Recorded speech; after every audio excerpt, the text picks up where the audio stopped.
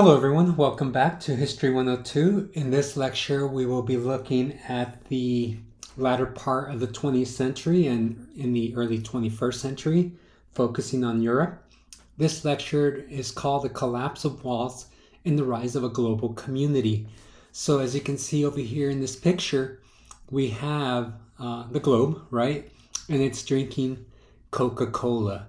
And I kind of like this picture because it represents not only something that has become such a pop icon, like a soft drink we all drink, but it's also a product that you can purchase anywhere in the world, right? You go to anywhere in the Middle East, Europe, Latin America, Asia, it doesn't matter. You might not be able to speak the language, but you can certainly say certain words that everybody knows. And you saw this in the reading. I believe the textbook talked about this idea, right?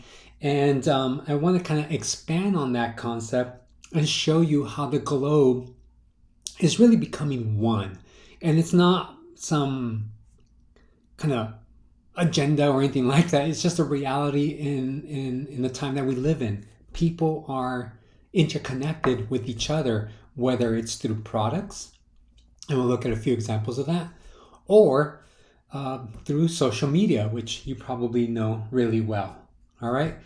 So let me give you a quick introduction to this lecture, and then we'll address the body of this presentation. So, if you recall, the idea of the nation state is a fairly modern concept. When we address the rise of liberalism, conservatism, romanticism, and nationalism, which might have been a while ago, during that period, about the 1800s, it was the first time that people began to see themselves as part of a nation state, which to us today seems normal, quote unquote.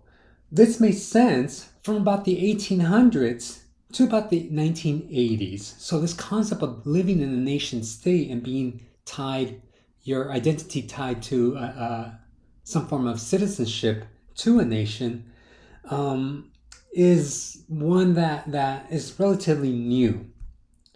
However, such concepts are really no longer applicable, considering people are able to move freely, and many of us probably care very little of where our goods come from, as long as they come and as long as we can purchase them. So at one time, you could say something like a word like Coca-Cola, you knew it meant the United States, or Cadillac, right?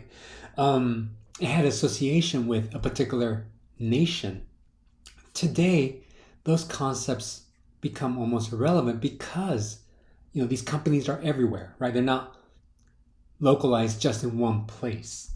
In addition, the Cold War played an important role in developing the technology that made people very global. Things like jets, GPS, electronics, and microprocessors, etc., have forever changed the way that we view ourselves within the context of the nation state. Though people still love to say that they are, quote, British, French, American, or whatever nationality you want to put in there, unquote, ultimately, these identities are becoming less significant as we ourselves become global citizens. In this lecture, we will examine how this shift took place, where in the 1980s, there was a reaffirmation of nationalism, particularly in places like Eastern Europe. As the Iron Curtain collapsed, people became very patriotic. Countries like Croatia, Czech Republic, and so forth. However, in around the last 50 years, we have seen how we have chipped away at this very notion of nationalism. And again, partly has to do just because we are a very global community. So let's examine some objectives. So these are the goals for this lecture. Now, again, I'm not saying that you should not be proud of wherever you came from. It's only natural. It's natural for us to think that way. But I do want you to understand through the trajectory of history, the concept of a nation is relatively new. If you've taken all of Western Civ, you understand that there are certain geographical areas that had different definition of what it meant to be part of a community. We could look back to ancient Greece, such as the city-state, right? You have Athens and Sparta, and they were fighting each other. Today they're all one country, right? Or you could look at the Roman Empire, where you have this vast empire where the Romans saw themselves as Romans, but as they started incorporating more territory, they would incorporate these people into their idea of what it meant to be Roman. And then in the Middle Ages, you see how that kind of empire and that concept of being Roman begins to disintegrate, that you begin to develop kingdoms, a very kind of regional identity. As those kingdoms begin to grow, because again, they're not nation. We say words like France and England and so forth, but they're not nations, right? But as those kingdoms begin to grow, people begin to tie their identity to the overall kingdom, even though more than likely they would have been tied more to a lord. And then by the 1800s, we begin to see the concept of nation, as we studied already. All right, so keep that in mind as we enter this 21st century, right? And what's next? Well, we don't know, but we definitely see how, to some extent, the concept of nationalism is somewhat exhausted in the context of a global economy. So we're going to look, and in this lecture, we're going to explain the impact of social movements in the late 1960s, focusing on Europe. There's a lot of them going on throughout the world. There's a lot of them going on throughout Europe. We're going to only focus on two, just for the sake of time. Number two, we're going to analyze the impact of Western popular culture within the Iron Curtain. What brought down the USSR? Well, there's a lot of arguments out there, right? A lot of debate. And I'm not by any means saying Western popular culture was the reason, but it definitely played an important role in helping, kind of break down these barriers between the East and the West. Number three, we're going to address the unification of Europe as a result of globalization. So, as the world has become smaller, nations have had to react in order to be competitive in the economic market. And one of them is by forming the European Union. So the textbook talks about this. I'll elaborate like I always do, bring in some of my research in all these different objectives, and show you how the world is becoming smaller. Whereas at one time there was this notion of France and England and Belgium and Germany and Italy, and those ideas still exist, but they have also come together to form no longer just these independent nations, but this idea of Europe. So if you ever travel through Europe, you notice that there's only one currency, right, in many of these countries. Or you can easily hop on the train and travel to any of these different nations. So Europe is becoming smaller, essentially. And as these changes happen, there are both positive, as some of the things that I've just mentioned, right? One single monetary unit, kind of relaxed borders where people can navigate throughout these different nations, but there's also a lot of negatives. And we're going to use the metaphor of soccer here, football, to kind of show you how this concept of these breaking down borders has impacted the way we see different people that are entering Europe, particularly in the last 20 to 30 years. All right, so let's begin. Like the US, Europe, and throughout the world, saw political protests in the late 1960s throughout the continent, and the year 1968 became a very eventful time. Before WW2, higher education had largely been preserved for the European elite classes. After the war, though, European states began to foster greater equality of opportunity in higher education by reducing or eliminating fees, and universities experienced an influx of students from the middle and lower classes. With a more affluent society having access to education, students overwhelmed the small elite educational institutions throughout Europe. For example, in 1949 in France, only 400,000 students attended high school, while by 1969, those numbers dramatically increased to 2 million. University numbers also increased from about 100,000 to 600,000, which overwhelmed staff and faculty, with lecture halls packed to the brim. In addition, education as a whole was questioned by this generation due to its elitism and its practicality, as students felt that the school did not prepare them for life, but rather had them just follow rules. As a student protest manifesto argued, quote, "Today, we as students are witnessing a deepening crisis within our society. We are intensely aware, in a way perhaps not possible for the older generation, that humanity stands on the edge of a new era. Much of the burden of solving the problems of the new era rests on the university. We have been taught to look to leadership, to look to it for leadership, Well, we know that part of the reason for the university is to render direct services to the community. We are alarmed at this servility to industry and government as to what and how it teaches." Though idealistic, it did reflect the values of a new generation that hoped to radically change the educational system from a bottom up. Add on top of all that the anti-colonial movements, such as what was taking place in Vietnam and Algeria, and you have a recipe for the conflict between students and political leaders. In France, students from the poorly funded and poorly served, hopefully I pronounced this correct, University of Nanterre took over the campus administration office to protest what they called a, quote, second-rate education, unquote. This new left, these young students, part of the new left, saw themselves as part of a proletariat class, and when students from the prestigious Sorbonne University in Paris took to the streets and were assaulted by the police, about 10 million French workers from both the private and public sector joined the struggle, bringing the French economy to a standstill, demanding higher wages and a voice in decision-making. Literally, the French government was on the verge of collapse, which forced President Charles de Gaulle to send tanks and troops into Paris, eventually negotiating with workers and implementing workplace reforms, including immediate pay raises. Though things went back to normal, it played an important role in weakening de Gaulle and his Conservative Party, which forced him to retire within a year.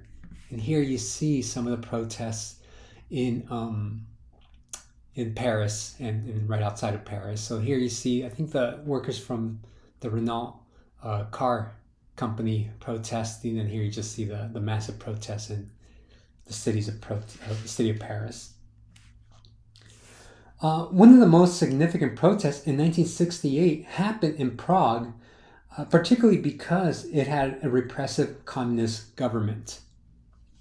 As you read in the previous chapter, the Prague Spring was a moment when reform against a repressive authoritative government seemed possible. With the emergence of a more liberal communist government in Czechoslovakia, Alexander Dubček advocated for, quote, socialism with a human face, unquote. His liberal reform push for debates within the party allowed academic and artistic freedom, freedom of speech, freedom of the press and assembly, along with traveling abroad, and less censorship. For the Soviets, this was the slippery slope and an end of control of their satellite nations. As word spread throughout the Iron Curtain, one saw protests in Ukraine, Poland, and Yugoslavia. However, the Soviets quickly put an end to this, and when Dubček did not show up to the Warsaw Pact, the Soviets sent tanks and troops into Prague in August of 1968, and quickly did away with any resistance. The Soviets consolidated their power according to the new Brezhnev Doctrine, which argued that, quote, no socialist state could adopt policies endangering the interests of international socialism, and that the Soviet Union could intervene in the domestic affairs of any Soviet bloc nation if communist rule is threatened, unquote. The Red Army crushed any possibility of reform and reestablished Soviet rule with Gustav Husak, who was a committed non-reformist. Though this was not the beginning of the end for the Iron Curtain, it certainly foretold the reforms that these politically repressed people felt, particularly with the influence of Western European material culture throughout the region. And down here, the book talks about this too, but you do see the Soviets, the USSR, bringing in troops to squash any possibility of these kind of enlightened reforms that we talked about during the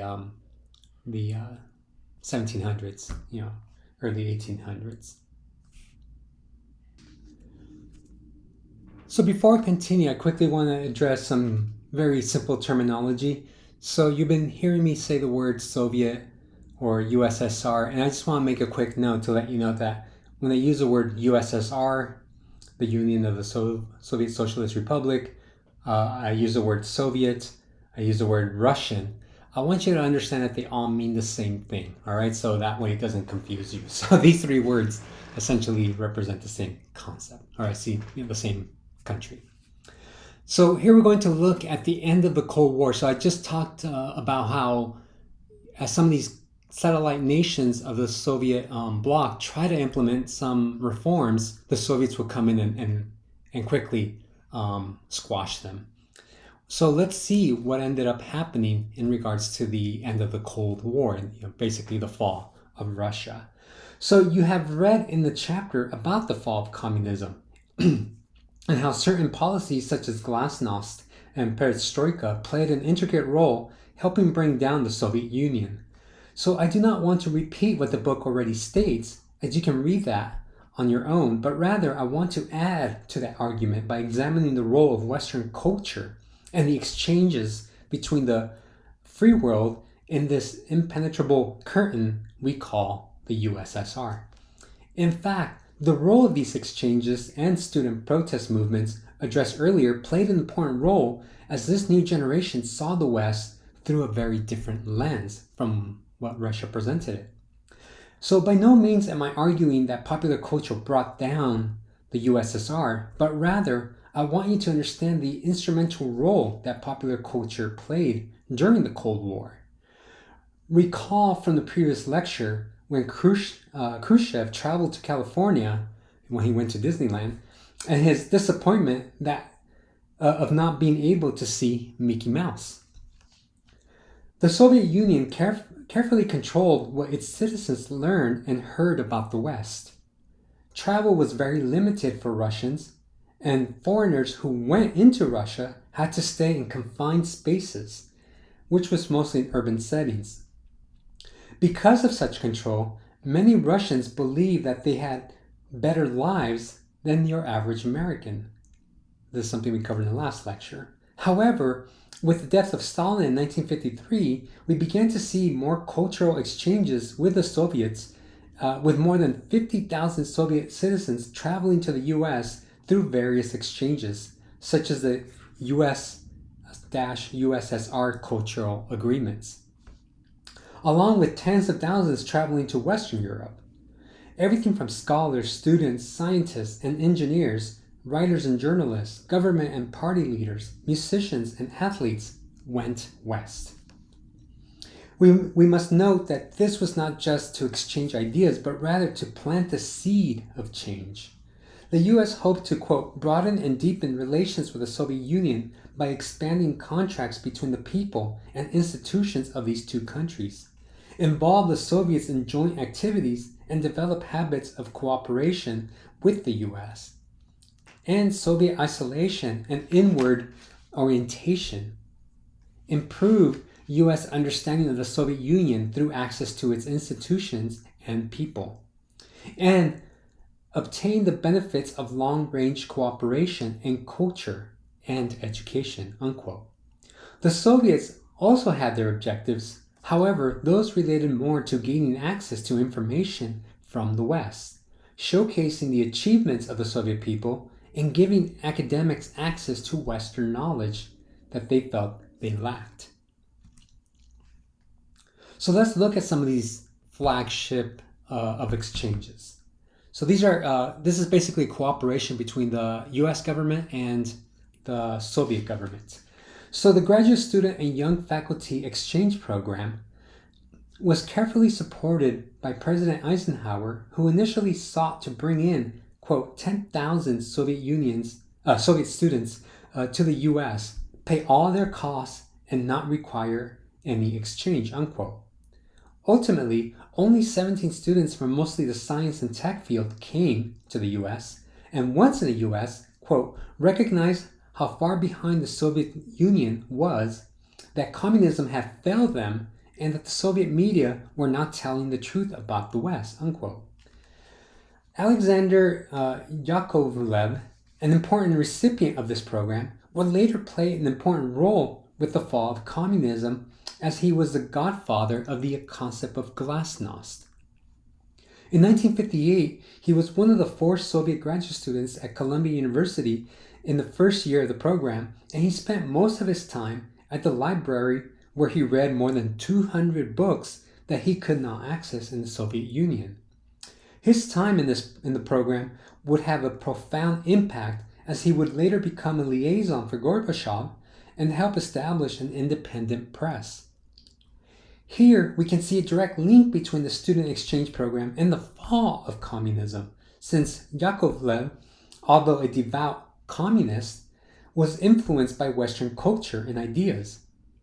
Though American graduate students did take part in the program traveling to the USSR, it seemed like they wanted to just double check the information that they had heard about Russia.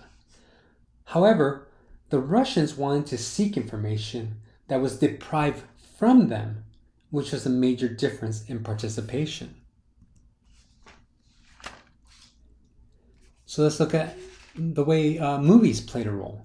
As you are well aware, film has a much more powerful influence than some long, boring lecture or academic reading. People always say, was this made into a movie? Right? So they don't have to read it. So this is why people watch movies and believe them to be true. Partly it's just entertainment. And for Russians, this medium was both important but could also be subversive. Though they tried to control, the Soviets tried to control the influx of Hollywood films into the USSR, they knew that it would be virtually impossible. Thus, they would often select a few American films for distribution within a controlled setting. The films were subtitled, but what the audience focused on was not the storylines, but rather the imagery of how American life was represented.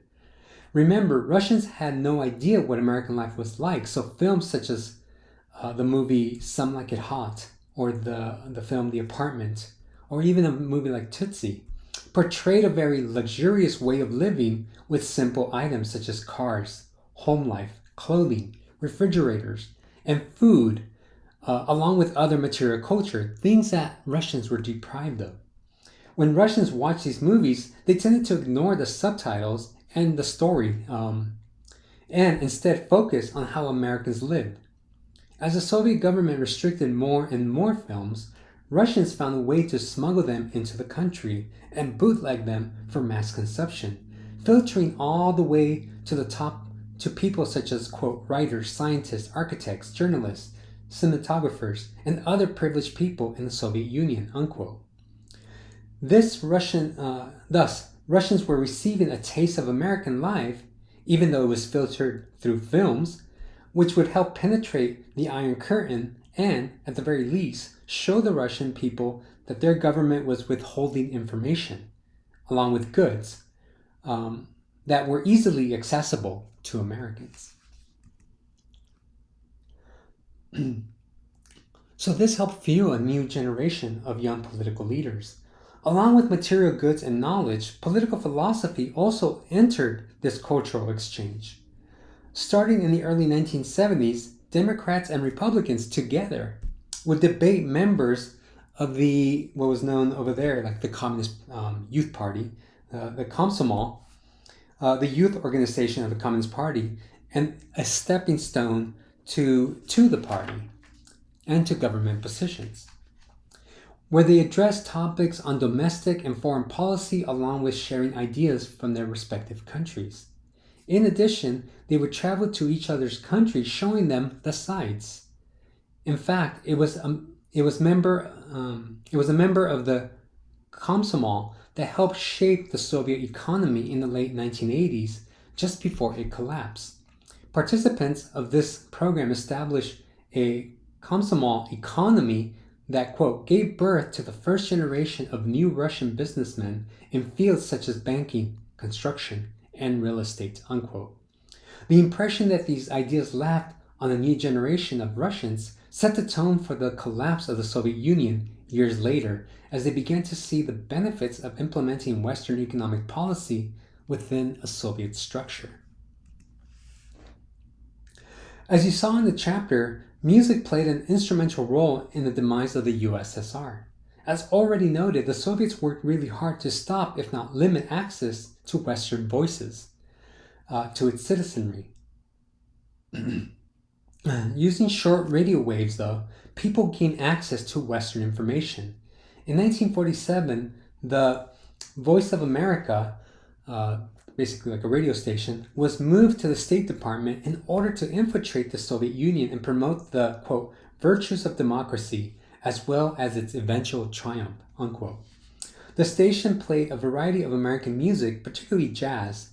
Others also became part of this process with U.S. government backing, such as Radio Free Europe and Radio Liberty, which brought, quote, local news to information-deprived listeners behind the Iron Curtain, unquote.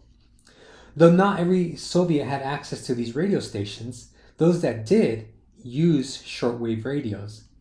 Soviet intellectuals were the main market, since they could filter these messages to the masses and even to the Kremlin, hoping to have a lasting impact.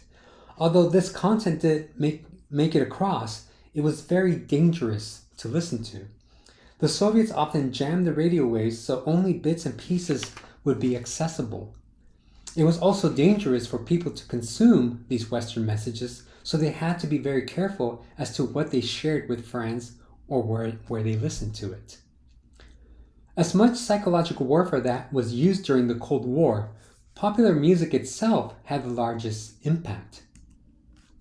Jazz music, that unique quintessential American art form, quote, helped people garner a deeper understanding of the American way of life, because to be interested in jazz is to be interested in things American, unquote. By 1952, the Voice of America, the VOA, started to air jazz, and it gained popularity as many Soviets recognized the power it had over them, since it, quote, represented something that was entirely different from their traditions, unquote.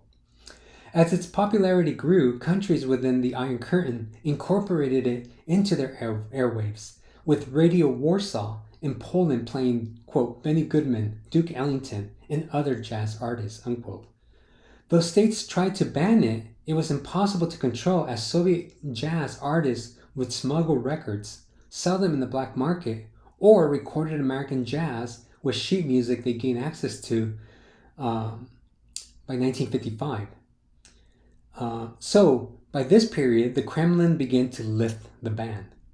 By the 1970s, when Duke Ellington performed in Moscow, his tickets sold on the black market for as much as 80 rubles. Keep in mind that they typically sold for 4 rubles, so there's a large demand for his show. One Russian writer, Vasily Aksyonov, noted that for them, jazz challenged the very idea of an authoritative government. When asked why Soviets loved jazz, he stated, quote, perhaps for the same reason that the communists and the Nazis before them hated it. For its refusal to be pinned down, its improvisatory nature. Living as we did in a totalitarian society, we needed relief from the strictures of our minutely controlled everyday lives, of the 5-year plans, of historical materialism. In Eastern Europe, jazz became more than music. It took on an ideology, or rather an anti-ideology. Jazz was a rendezvous with freedom, unquote.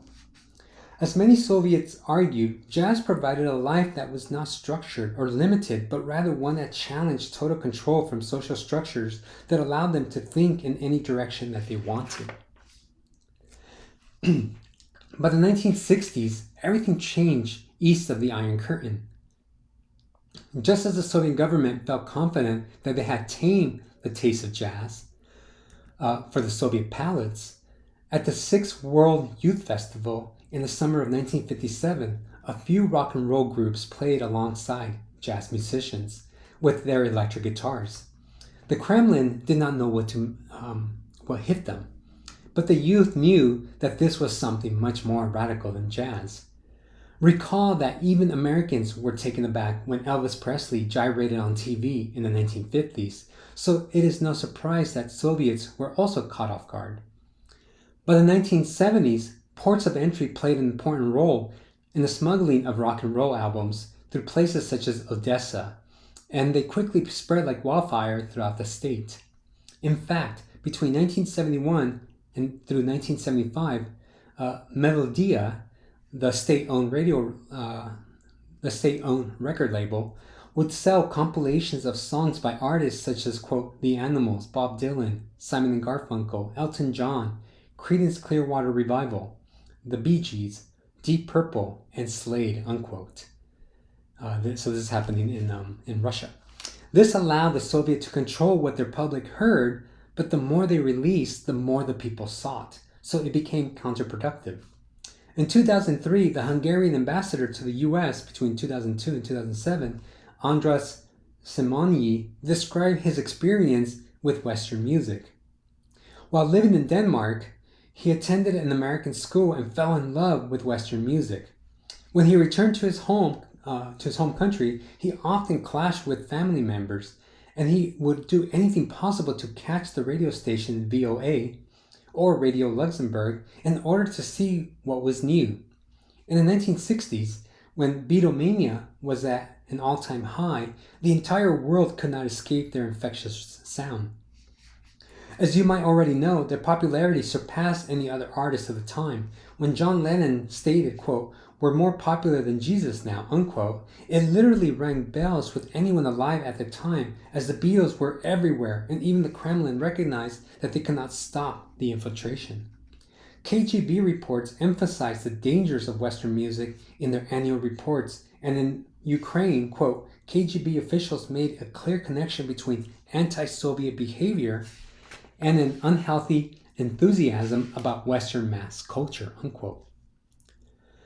The youth of the era reaffirmed this sentiment as the KGB reports noted that kids care very little about politics, but rather were focused on new music, popular culture, and fashion. The Rolling Stones, Cream, so Eric Clapton, The Who, David Bowie, The Doors, and Santana all became major influences, as many Soviet youth bands would cover their songs of their idols, which meant that they not only had to smuggle music, but also instruments such as electric guitars from East Germany or Poland. Soviet groups quickly emerged, such as Eagle, The Guys, the Little Red Devils, the Scythians, and the Melomanes. And what they did was translated Western music and putting their own lyrics to the rhythms of Western songs. As it was too late to put the genie back in the bottle, the Komsomol now had to adapt to the cultural shifts that were taking shape before things got out of control. In 1969, they sponsored the, quote, Soviet Woodstock in Yerevan, Armenia, which was attended by between 5,000 to 8,000 people. The door was now open for the U.S. to influence the next generation, and in 1970, the U.S. State Department, sent Blood, Sweat, and Tears, a fusion of jazz and rock, to Yugoslavia, Romania, and Poland, where they jammed with local bands. By 1975, the Helsinki Accords helped more Western bands travel east. As music tastes changed, the Soviets became exhausted trying to keep up, while also trying to infuse these musical events with communist ideology. As disco took off in the mid to late 1970s, the Komsomol would host Soviet discotheques while promoting communist propaganda.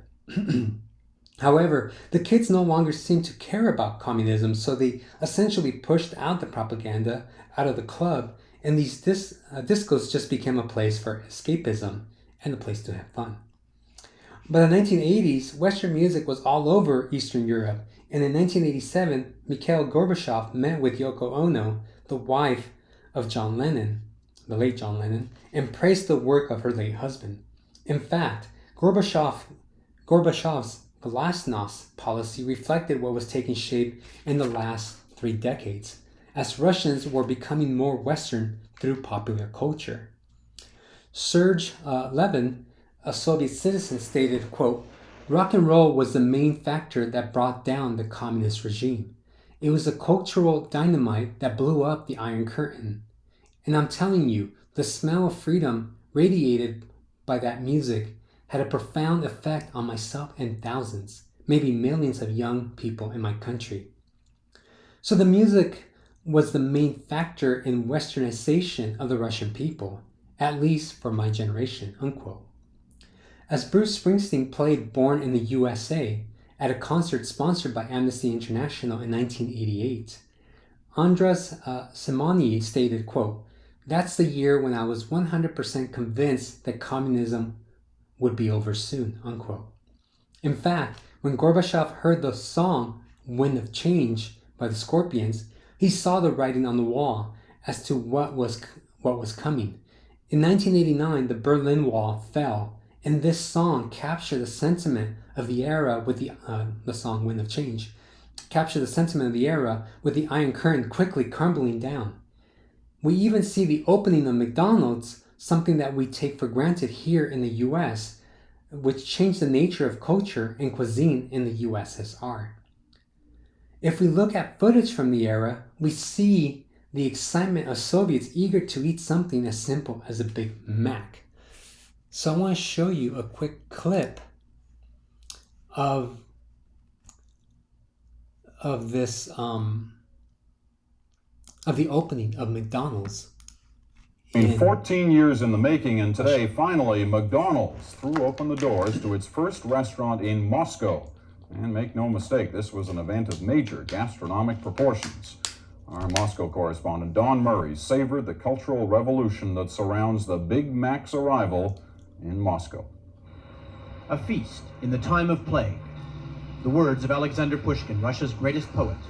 In this new time of troubles, on the square that bears his name and statue, Pushkin now contemplates McDonald's. And the question is, was this the feast he wrote about? They opened what may be the world's largest hamburger stand this morning, and Pushkin's descendants crowded in. Their verdict on the feast was mixed.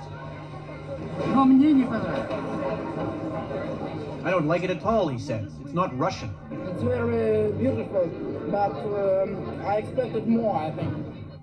This woman doesn't know what she just ate, but she says it was unusual and delicious. Потому что мы все голодные, можно сказать. У нас же ничего в магазинах нет. We're all hungry in this city, she says. We need more of these places. There's nothing in our stores or restaurants. If you're McDonald's with a restaurant that can serve up to 15,000 meals a day, how do you ensure that you don't run out of food, like everyone else?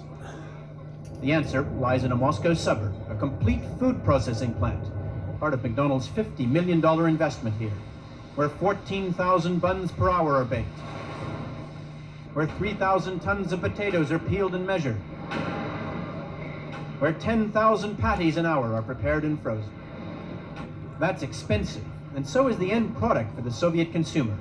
A Big Mac, French fries, and a drink is the equivalent of half a day's wages. Some unhappy Muscovites are publicly protesting. Бешеная деньга. Выколачивание денег. 7 or 8 rubles for lunch, he says. They're ripping us off. 6-8 рублей. But those inside are still trying to digest the service. Разлил свой, просто я не так поставил. I spilt my milkshake, he says, and I thought they'd bawl me out. Instead, they gave me another one. All of the staff have been taught to smile relentlessly, all the time. I smile to anybody and they say, "Oh, what's wrong? What's wrong?" I wonder, what has happened? Why do you smile? They think that I'm laughing at them. And so, on this day, when cameras jostled and public relations triumphed, the head of McDonald's Canada, the prime mover in this joint venture, waxed lyrical, invoking Pushkin himself. I think he'd probably write a magnificent poem saying that in this day and age it's nice when the people can come out and get meat, bread, potatoes, and milk of the highest quality. What Pushkin did write was this: happiness can only be found in communal pursuits. They started lining up this morning at 4 o'clock. Happiness today in Moscow lay in the communal pursuit of a Big Mac. Don Murray, CBC News, Moscow. And two more signs of the instant hit McDonald's was today. The store had to stay open several hours past its posted closing time because there were so many people still in line. And the store set a McDonald's record for most people served on an opening day, 30,000.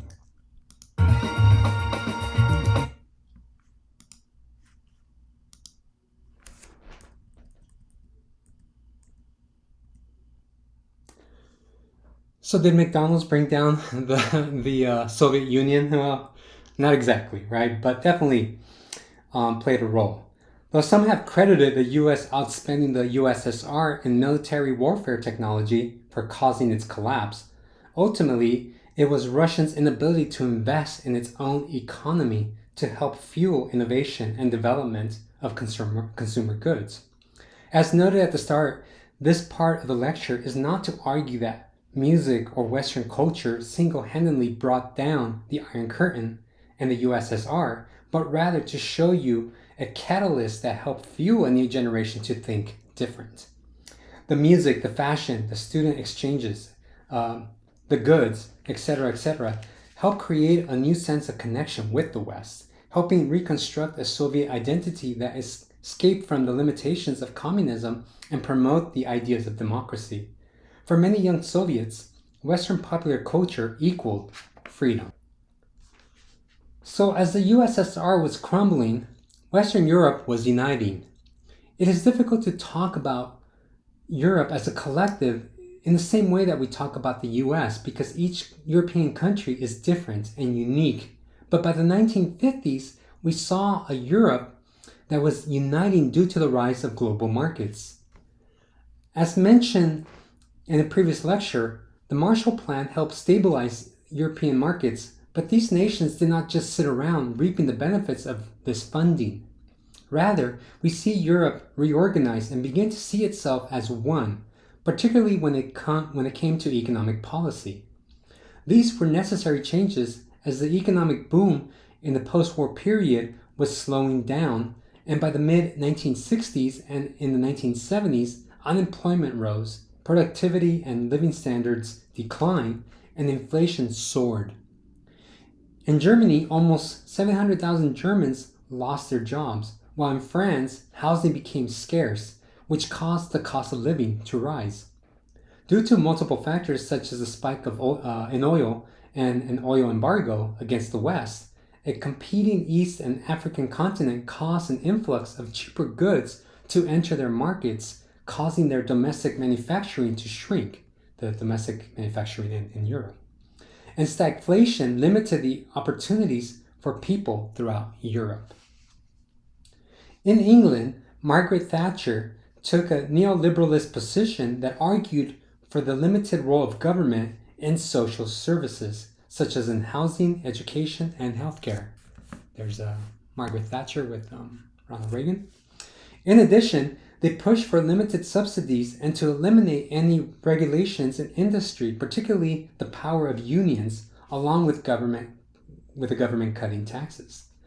Lastly, they called for the privatization of state-managed industries in order to cut government costs. Unfortunately, these plans had the opposite effect, as unemployment remained at 15% in 1986. In Germany, Chancellor Helmut Kohl's tax cuts and limited government spending increased unemployment. Even government incentives in Germany also failed, thus forcing Europe to realize that they are stronger together rather than apart. As we enter the 1990s, we have seen the interconnectedness of our socio-political cultures and economies, which was the result of globalization. First, let's define what this means so students are not confused with some conspiracy theories of what emerged as a natural phenomenon. our world has always been connected, particularly after the 15th century, where raw material and goods were transported from different edges of the world, along with people, to European nations where the goods were produced, whether this was positive or negative. However, by the latter part of the 20th century, we found that technology linked different markets together. For example, due to information dissemination through the internet, it meant that capital and exchange information was no longer tied to a nation state, but rather flowed quickly across international borders. A good example of this idea of globalization is the World Bank and the International Monetary Fund, the IMF, that provides grants, loans, advice for economic development to developing countries, supervise exchange rates, and offers financial and technical assistance to over 188 nations, thus connecting the global economy to one unit. Corporations also grew in power, constructing new business models that stretched around the globe. For example, quote, Vivendi, a media and telecommunication company headquartered in France, controlled an international network of products, including films and music, publishing, television, broadcasting, pay TV, internet services, and video games, unquote. Or we can examine multinational corporations such as General Electric, ExxonMobil, Sony, etc., that were responsible for more than half of the world's industrial production, dominating much of the world's investment capital, technology, and markets, and controlled 75% of the world trade in manufactured goods. However, as much as these interconnected economies helped fuel growth, it also meant that when things went south, it rippled quickly across the globe. For example, the US recession in 2008 quickly impacted countries across Europe, with Latvia forced to cut government spending to balance their national budget. And by 2010, countries such as Spain, Portugal, and Greece were near bankruptcy. Another impact of globalization was the movement of industries. Many corporations in Western nations outsourced labor-intensive manufacturing jobs to what used to be called third world nations. Because the cost of labor was cheap and transporting goods was easy. With heavy industry leaving Europe, we find a growing gap between the rich and the growing poor. In France, by 2004, only 24% of French people worked in industry and 72% worked in the service industry, unquote. So this is something we see in the United States with many companies moving to places like China or India, which is why when you call your cell phone company, you're probably talking to somebody on the other side of the world.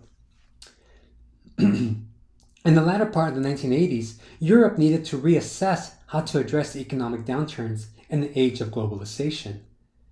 By 1991, the EEC took the radical route to unify independent nations into one cohesive idea, forming the European Union, which included free trade zones and collective monetary policies that included a central bank and a single currency, the euro, which makes it great when you travel throughout Europe. You don't have to exchange your money every time you enter a new country. Such unity might seem natural today when you travel throughout Europe, but when it was proposed, citizens of these independent nation states feared the loss of local autonomy, particularly because each nation state was required to meet fiscal discipline and implement EU standards challenging regional practices and local traditions. In addition, power needed to be regulated to distant quote unquote bureaucrats, limiting popular sovereignty and democratic control. In January of 2002, the euro made its debut with growing confidence, which fueled increased interest from non-European members. With the collapse of the Iron Curtain, Eastern European nations began to look west rather than to Russia, and in 2004, many of the Eastern Bloc joined the EU membership. Thus, Europe became one. However, with globalization, the movement of people was also inevitable. Though migration is nothing new, And to some extent, it is the most common trend in global history, as people have been migrating for thousands of years. In the post-WW2 era, we find that with decolonization, migration had continued bringing people from former colonies into Europe. For example, for those of you that are bicultural, you will be able to relate to this experience of the lecture, particularly if you are Chicano or Chicana. In fact, as Europe has seen an influx of migrants from their former colonies, we have seen them turn to Chicano studies in order to understand the complexities of identity in a new century. We see the fusion of not only people and cultures, but of language, food, music, and identity. So you could go to a place like England and you have some of the best Indian food, right? In doing so, it has, quote, raised tensions over the definition of citizenship and the boundaries of political and cultural community, unquote, within a postmodern world. As Chicano scholars have argued, the idea of the nation state is an archaic 19th century concept. Rather, they have proposed the idea of quote-unquote cultural citizenship, where people adapt, transform, share, and maintain their culture within new national spaces. Even as we speak, we feel the remnants of colonialism as migration from Africa, Asia, and Eastern Europe has increased into Western Europe. With the fall of communism in the 1990s and the rise of civil wars in places such as Bosnia and Croatia, we saw an influx of refugees into Western Europe. Other global conflicts in Afghanistan, Iraq, Syria, Somalia, and Rwanda brought in about 500,000 migrants by the 2000s. Many came through the Sahara Desert, where they were enslaved, raped, and even killed trying to reach the Moroccan coast so they could be, quote, jammed into small boats of rubber rafts that any large wave or shift of weight could flip the raft, causing about 30,000 migrants to die attempting to reach Europe, unquote. The post-colonial era, so post-1950s, saw an increase of former colonial people migrating to their imperial homeland, such as Algerians going to France, Indians to England, etc., etc. As migration continues, the geopolitics of the era has caused an increase of xenophobia, particularly against Muslim populations living in Europe. One finds that Islam is the largest minority religion in Europe today. Though racial and religious conflicts are nothing new in Europe, the attack on September 11, 2001 has exacerbated these fears that some have against the Muslim population.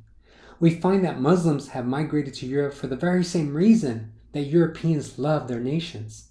They seek safety, they support democratic ideals, and reject radical extremism. However, conservative movements in places such as France, Italy, Spain, etc., have caused a shift in ultra-nationalistic movements who seek to exploit migration for the causes of economic ills and gain personal political power. With the arrival of migrants into Europe, it has tested the views of many native residents who oppose making their countries ethnically diverse. Anti-immigrant sentiment increased and was encouraged by new right-wing political parties such as the National Front in France, led by Marine Le Pen. The Republican Party in Germany, led by Franz Schönhuber, a former SS officer. Though at first they were seen as fringe political parties, these ideas have reached and encouraged traditional conservatives and even moderately conservative parties to adopt more nationalistic policies. In Austria, for example, Jörg Haider, whose Freedom Party received 27% of the vote in 1999, supported Austrian nationalistic policies targeting migrants and attacking the European Union. Jörg argued, quote, "We Austrians should answer not to the European Union, not to some international idea or other, but to this, our homeland," unquote. So there you see this kind of rise of ultra-nationalism where people are definitely anti-migrant, but also ultra-nationalists, kind of challenging the diversity that has been taking shape for the last 70 years since the fall of many of these imperial powers losing their colonial territories. So we talked about the fall of communism. We talked about the European Union. And I want to end this lecture by examining the sport of soccer, as I feel like it is a great metaphor for contemporary European politics, addressing the current state of migration, race, and nationalism. For those of you that follow the sport, particularly at the national level, you have seen that many of the national teams in Europe have become very diverse. So these are the countries of France, the English, and so forth. This has been a great positive as it has elevated the sport into a new exciting era. But at the same time, racism has emerged its ugly head to showcase the xenophobia that still exists and has been increasing over the last 2 decades. First, diversity in soccer is nothing new, as even the early days of European club formation, club soccer, many teams were composed of diverse players. For example, FC Barcelona, which is now seen as a Catalonia regional team, has its roots in 1899 with players coming from England, Switzerland, Germany, and Austria. In addition, since the 1930s, quote, French clubs mined their colonies for football talent. Players from the North African territories of Algeria, Morocco, and Tunisia were initially the most common, unquote. In Portugal, players such as Miguel Arcanjo, Lucas Figueiredo, Mario Coluna, and Eusebio da Silva, who came from Portugal's colonies, became key players for the Portuguese national team. Though there was an important importation of foreign players both at the club level and national team throughout Europe, the amount was minimal at first. In addition, in the context of globalization, we see how former colonies benefited from this migration. If you examine the Algerian team, a former French colony, during their run to qualify for the World Cup, many of their national team players were actually born and play in France, but have Algerian ties due to their family history. Throughout the early part of the 20th century, many teams were made up of regional talent, and the British clubs banned, quote, foreign footballers in general, unquote, and continued with this policy until 1978. So up to about the 1970s, or really the 1980s, English clubs were mostly were almost composed of English players. However, by the 1990s, we have seen an influx of global players enter the top European clubs, reflecting the idea of neoliberalism and globalization, and even capitalism, where the movement of great players entered the most competitive markets. African players easily sought to move to Europe, even though 73% of them were paid well under $1,000 a month, while the average European player in the top leagues made between $1 million to $2 million in 2014. In addition, African soccer facilities could just not compete as they lacked, quote, pitches, goalposts, nets, balls, jerseys, and other essentials, unquote, while Europe had state-of-the-art stadiums, training facilities, football academies, and huge sponsorships. As with many migrants, African migrants tend to leave their homeland for economic reasons, as we see the same with soccer players trying to earn a living, because even though their pay is low compared to European players when they play in Europe, it is still more than the highest paid salaries in the African leagues. Beyond the inflow of foreign players, we have seen an increase in racism in the sport. And this is the argument I want to leave you with. In the context of globalization, we have seen the movement of players where nationalities play a minimal role. What at one time meant to be French or English or German no longer is seen relevant because borders no longer matter. In fact, the world of soccer has become much more competitive and much more entertaining due to this mass movement of players. We can just look at European national teams that are made of players born in these countries, but whose parents migrated only a generation ago.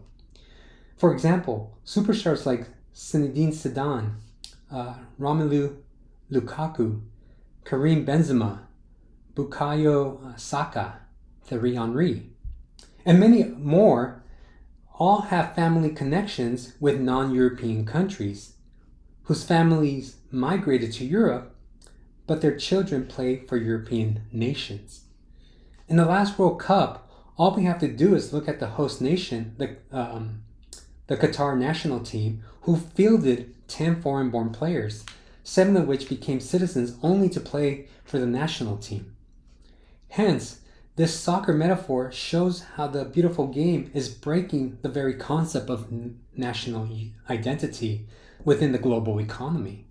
In fact, in 2004, FIFA required that players have a clear connection to the country after discovering that Qatar allegedly offered 3 Brazilian players money to play for the Arab states and gave them Qatari nationality.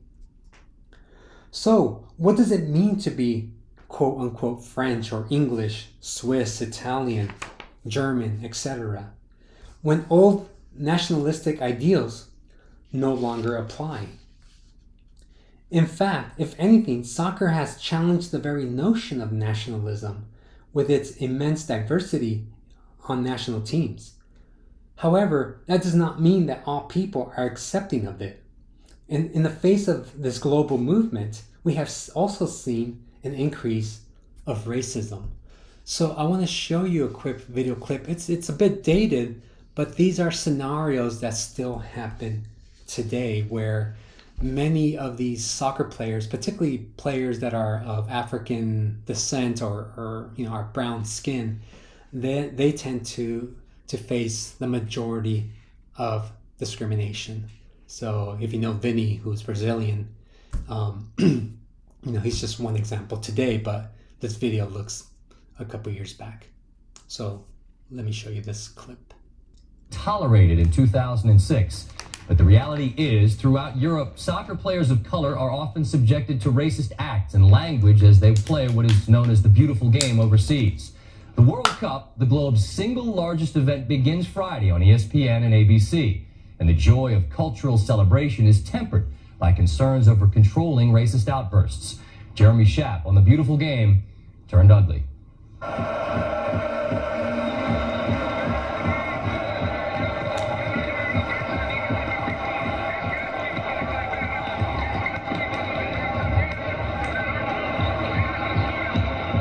Carlos Kameni is from Cameroon in West Africa. He plays goal for the Spanish club team Espanyol, one of the strongest teams in perhaps the strongest league in the world. But even fans in his own stadium shower him with racist slurs and bananas.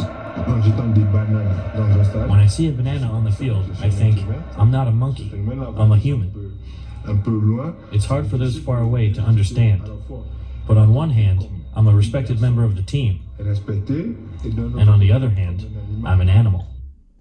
Marc Zorro was 18 years old when he left his native Ivory Coast, the nation he'll represent at this World Cup, to play soccer in Italy. For 3 years, he's played for the Sicilian team Messina, and in nearly every game, fans have taunted him. Finally, last fall, during a game against Inter Milan, Zorro had had enough. He picked up the ball and threatened to walk off the field.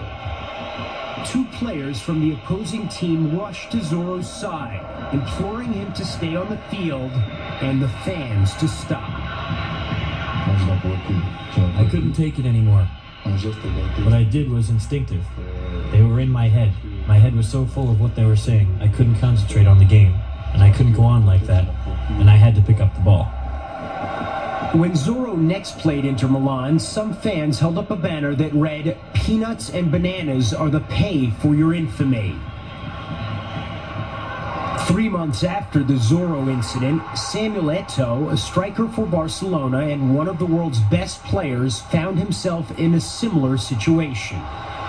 Eto'o, like Kameni from Cameroon, was playing on the road at Zaragoza, home to some of Spain's most openly racist fans. Angry and frustrated by the monkey chants that resounded every time he touched the ball, Eto'o repeatedly cried, "No mas, no more." It is not the right answer to lose it, but I think sometimes people should understand why. French striker Thierry Henry is one of the most acclaimed players on the planet. But like Samuel Eto'o, being an elite player hasn't spared him from racist slurs. I can tell you, so many times, monkey chants and people spitting at me when I was taking a throw-in or a corner kick. Whatever you can imagine. Americans might find it difficult to understand how and why there are so many overt displays of racism in European soccer.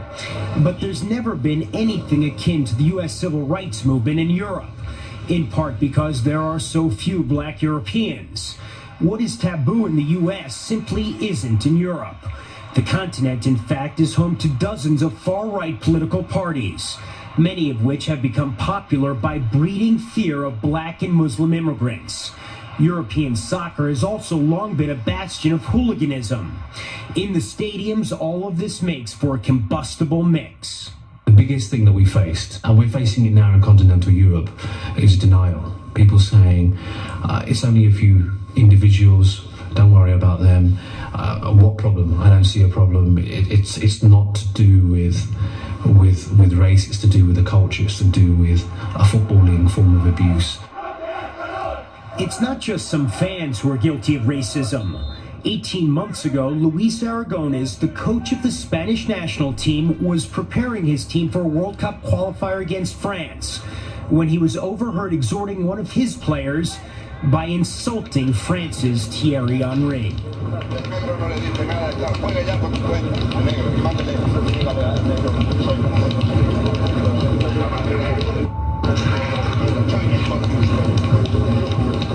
To be honest, the first time I heard it, I thought it was a joke.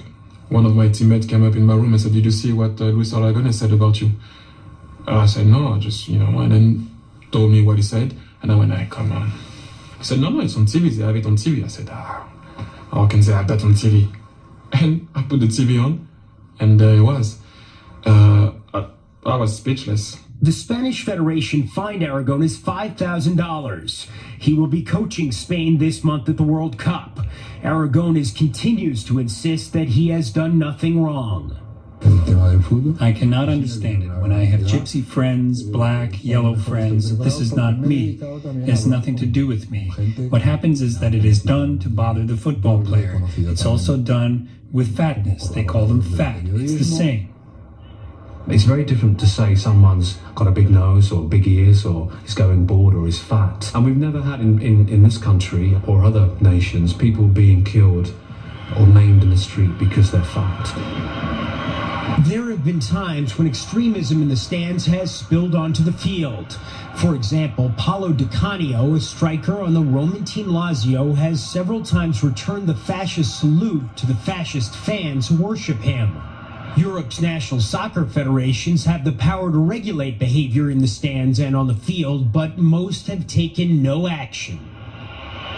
When people were complaining about it sometimes, the authorities and even the referees on the pitch were just saying to you or whoever was getting abused, get on with it. Okay, I have to get on with it, but you would like also after that the authorities do something about it. So I just wanted to show you a short clip of that that episode, just to kind of show you what happened not only 20 years ago when that was first recorded, but it still happens today. So everything that was shown there has not changed. And I'll talk about an example that just happened fairly recently. So we have seen how borders and walls have come down due to the very nature of capitalism, globalization, and migration, which has been positive both for soccer and for nations who take in migrants. In case you are not aware, European nations have been facing population declines over the last couple of decades, which is why they have come up with creative laws to entice people to move back to places like Italy, such as having $1 homes or giving full citizenship if your family descends from one of those countries. Again, if you have a connection to Italy, you are automatically an Italian citizen. Migrants have tended to fill this void and help revive local communities in places such as in Europe. However, many people cannot fathom that their country is changing, and they are powerless to stop it, but rather they resort to racist chants, xenophobia, and push towards extreme right fascist rhetoric, arguing to reclaim their national pride they feel has been lost by taking in these players and migrants. One can look at the current French national team where the majority of the starting 11 players are non-white, but they are French. And they are forced to be reckoned with. Or we can look even at the English national team that are lauded when they win, but target certain players of color when they fail. So if you watch the Copa America recently, you saw how Argentina was mocking the French national team. So Argentina actually played Colombia for the final, yet when they celebrated, when they won, they were doing this chant criticizing the French team, kind of mocking them for not being quote unquote French, since many of the players there, their families descend from some of these African nations. Which is odd because if you look at Argentina, they're all from like Italy or Spain. If you follow soccer and you heard the name Messi, he can actually, his family has ties to Italy. So again, the irony. But because they're people of color, they become easy target. And again, they're singing a song about a team that they played over a year ago. So it just shows you how racism is still around, even though I showed you that clip from 20 years ago. So I leave you with this, because I wish I could tell you that things are getting better when in reality they are becoming worse. However, it is a time of transition when it comes to how we define citizenship, how we define nationalism, and how we define identity in the context of globalization. Many of us are relics of the past, still tied to the nation state in an age where the nation state is no longer relevant to our global community. And here you see a picture of the Barcelona team, but over here you see Mbappe, who is a French national, part of the French national team, and probably one of the greatest players in the contemporary soccer world. So let's end this lecture. I want to just kind of address the major points that were presented here. Number one, we see the role that popular culture played in helping bring down the USSR, right? Because the Soviets basically closed themselves off from the rest of the world. Like any person, right? You want what you can't have. So many of the Soviet citizenry wanted things that the West had, and it was everything from music to simple things like McDonald's. And like I noted in the lecture, right, these cultural exchanges played a very important role with many of these intellectuals coming to the United States, and not that it converted them to follow democratic ideals, but it definitely pushed them to think about some of the freedoms that we had that they wanted, which as I noted, kind of some of these people that came to the United States went back and filtered these ideas in government to the point that in the 1980s we have those ideas such as glasnost, right? Number two, we see how globalization is transforming our understanding of nation.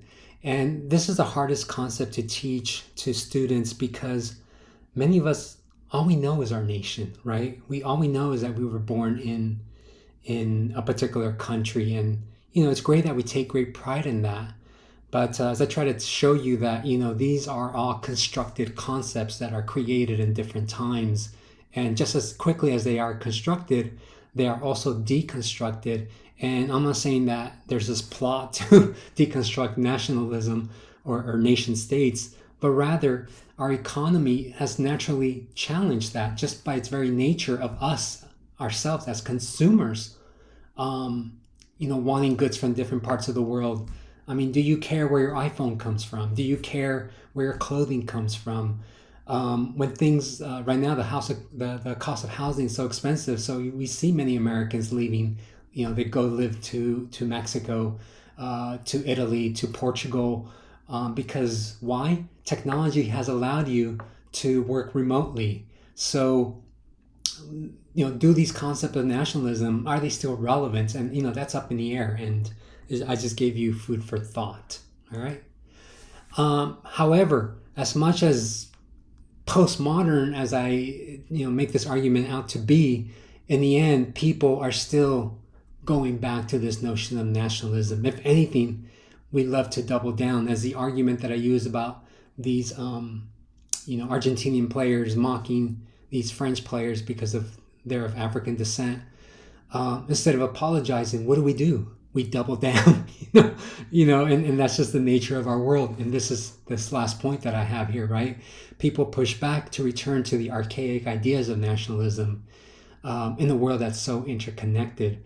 And, you know, there's a pushback against this notion of being, of cultural citizenship and so forth. So I leave you with that. I just want to give you some sources that I use. These are not all the sources I use for this lecture, but these are some of them. In case you're interested in reading some of this stuff. Have a good day.